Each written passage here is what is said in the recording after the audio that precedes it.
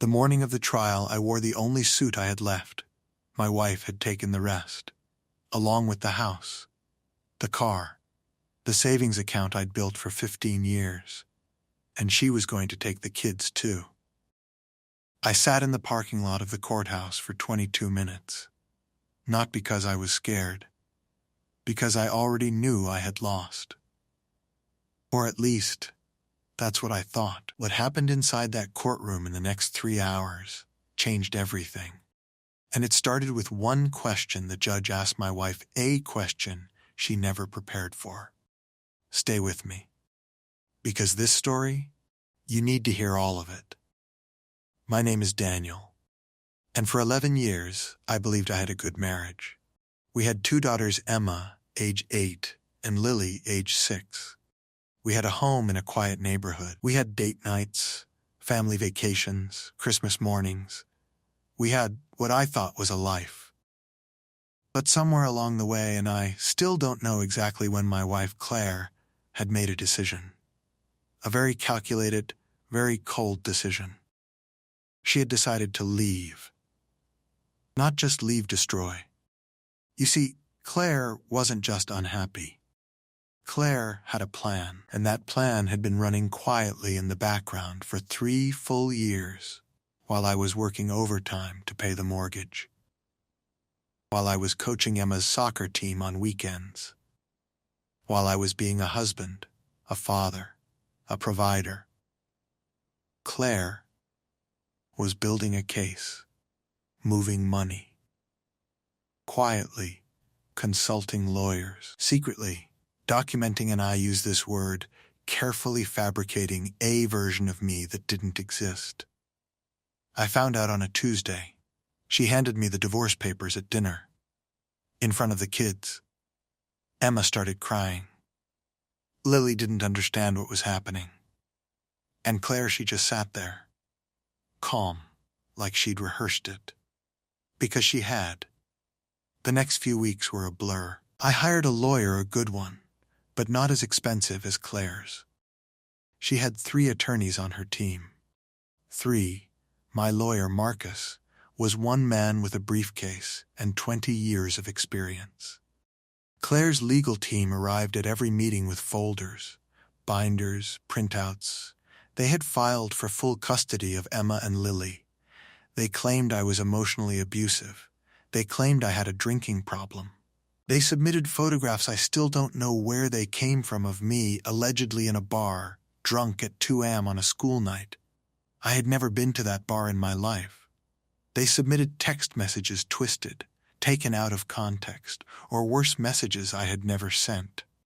My own sister called me and said, "Daniel, is any of this true?" That was the moment I realized this wasn't just a divorce. This was a coordinated attack. Claire didn't want to separate. She wanted to erase me.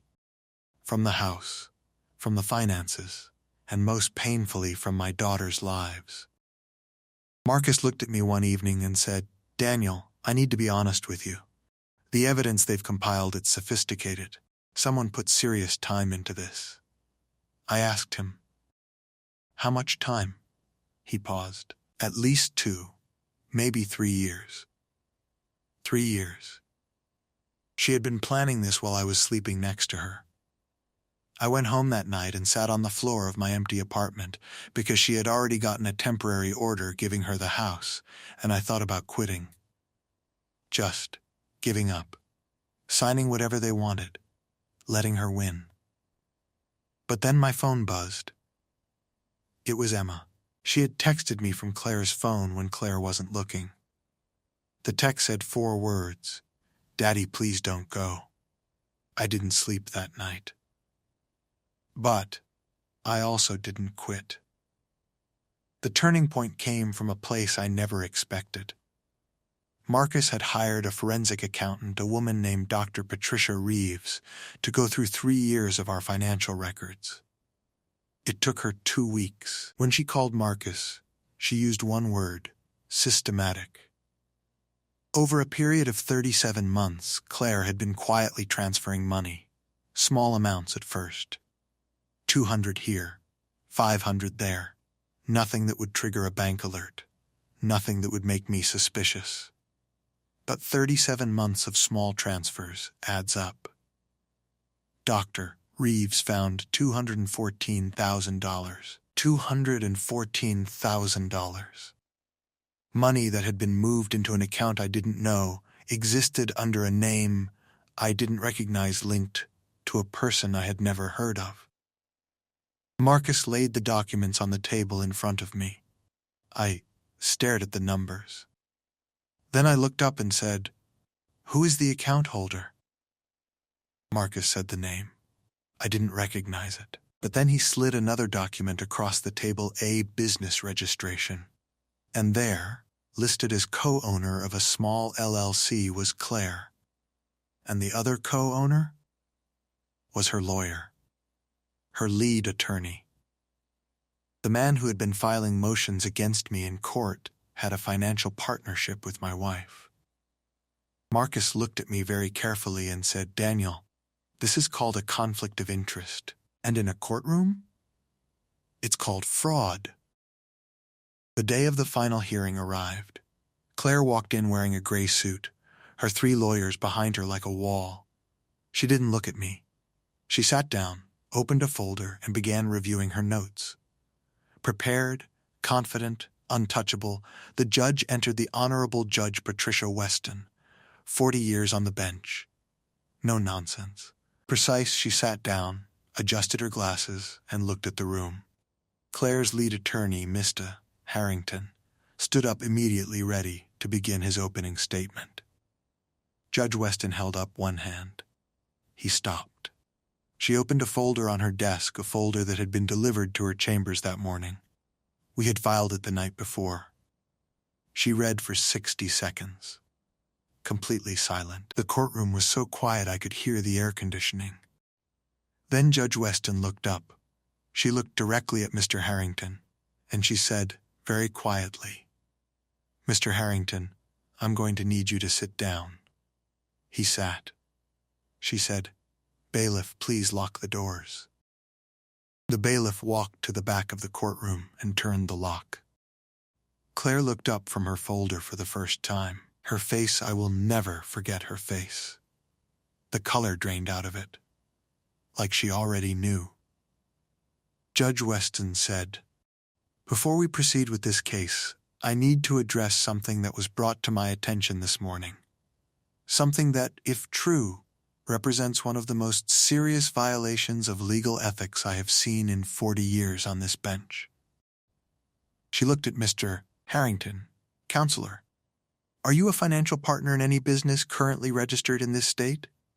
Harrington hesitated. 1 second. 2 seconds. Yes, Your Honor, but is your client Mrs. Claire Lawson, a co-owner of that same business? Silence. "Mr. Harrington, answer the question," he said, barely audible. "Yes, Your Honor." Judge Weston removed her glasses. She set them on the desk. And then she said the words that changed everything. "This court finds that the representation in this case has been compromised by an undisclosed financial conflict of interest. All filings submitted by this counsel are hereby suspended pending investigation. Furthermore, this matter is being referred to the State Bar and to the District Attorney's Office for review of potential fraud." She looked at Claire directly. "Mrs. Lawson, I strongly suggest you retain independent legal counsel, and I strongly suggest you think very carefully about how you'd like to proceed." Claire sat completely still. Her 2 remaining lawyers leaned in and whispered frantically, and I, for the first time in 2 years, exhaled. What happened over the next 3 months I'll summarize simply. The district attorney opened an investigation into the financial transfers. The $214,000 was frozen and later returned. Mr. Harrington surrendered his law license pending a bar hearing. Claire, facing potential criminal charges, agreed to a settlement. I got joint custody of Emma and Lily. I got my share of the marital assets fairly divided. I got to be their father, Not every other weekend. Not in supervised visits. Every other week. Holidays, birthdays, soccer games. The full thing. The first night I picked Emma and Lily up for my first official custody week, Emma ran to the car and hugged me so hard she knocked me back a step. Lily was holding a drawing she had made. It was a picture of the two of us. Under the drawing she had written, in her 6-year-old handwriting, "Daddy came back." I sat in the driver's seat for a moment before starting the car because I needed a moment. I almost gave up. I almost signed the papers. I almost let exhaustion and fear make the decision for me. And I am so grateful, more than I can say, that I didn't. I'm sharing this story because someone watching right now is in the middle of their version of it. Maybe it's not a courtroom. Maybe it's a workplace, a family, a relationship. Someone has built a narrative about you. Someone has put time and effort into making you look like the villain when all you've ever done is try. And you're tired. I understand tired. But here's what I learned. The truth has a way of surviving. Not always quickly. Not always loudly. But it survives. And the people who build their victory on lies, they always carry the one thing they can't control. The moment someone asks the right question. Judge Weston asked 2 questions. 2 questions, and 3 years of careful deception fell apart. Don't stop. Don't sign the paper. Don't walk away from what matters. Do the quiet work. Gather the facts. Let the truth do what truth does. Because sometimes the courtroom goes silent. The doors get locked. And the judge looks up and everything changes. If this story moved you, if it reminded you of something you're fighting through, hit that like button. It tells me these stories matter to you.